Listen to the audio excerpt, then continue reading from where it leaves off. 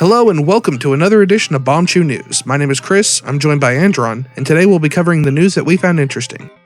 Sega has changed the hierarchy of Atlus USA's corporate structure. Atlus was acquired by Sega on September 18, 2013, where it promised that it would not impact how Atlus runs its day-to-day operations. Recently, Sega has appointed two members of its corporate team into very high-ranking positions at Atlus USA.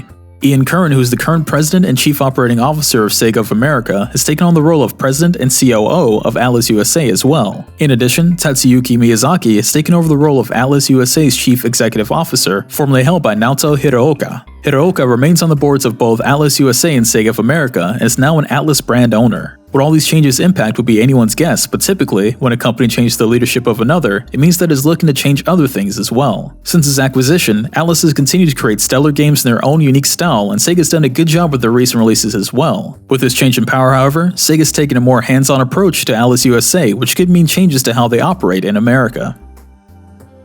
Footage has leaked of what appears to be an RPG set in the Harry Potter universe. The footage, which was quickly pulled from YouTube by Warner Brothers, showed off a character creator in what appeared to be an open-world-oriented RPG style of gameplay. The Reddit user who leaked this footage also posted a press release description of the game. It seems players will be a fifth-year student who joins Hogwarts sometime set in the 19th century, with 8 character classes to choose from and even some moral choices to make as well. Eurogamer reported that the title of the game is possibly Harry Potter Magic Awakened, although Magic Forever is another possible title. Rumors initially began to circulate that Rocksteady was working on the game, but sources confirmed with Eurogamer that this was not the case. It seems more likely that the Utah-based studio Avalanche Software is working on this game, as they've been slowly expanding their team and working on something big since being acquired by Warner Brothers back in 2016. Job postings from last year called for staff with a, quote, deep understanding of British culture and grammatical presentation, with a good knowledge of gaming narrative and branching storytelling, particularly in the realm of RPGs, end quote. No matter who's working on it, the footage for this Harry Potter game has me extremely excited. I've been a huge Harry Potter fan since I was a kid, and I think the last time I truly enjoyed a Harry Potter video game was Quidditch World Cup on the GameCube.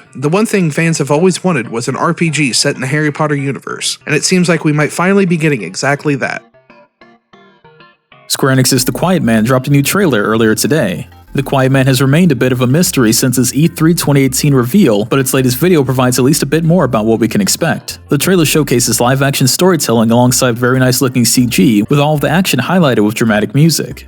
According to the post accompanying the trailer, players will take control of Dane, a deaf protagonist, who must fight his way through a world devoid of sound and rescue a kidnapped songstress. It'll be interesting to see if the story plays out complete with no sound, as Dane communicates with some of the world's inhabitants. The combat itself still looks a bit janky to me, but that may be caused by the glaring difference between 60 FPS gameplay and its slower live-action shots. The Quiet Man will release as digital only for PlayStation 4 and Steam on November 1st, 2018. Well, that's all the news that we found interesting today. Let us know what you thought about it down in the comments below, and we'll see you next time.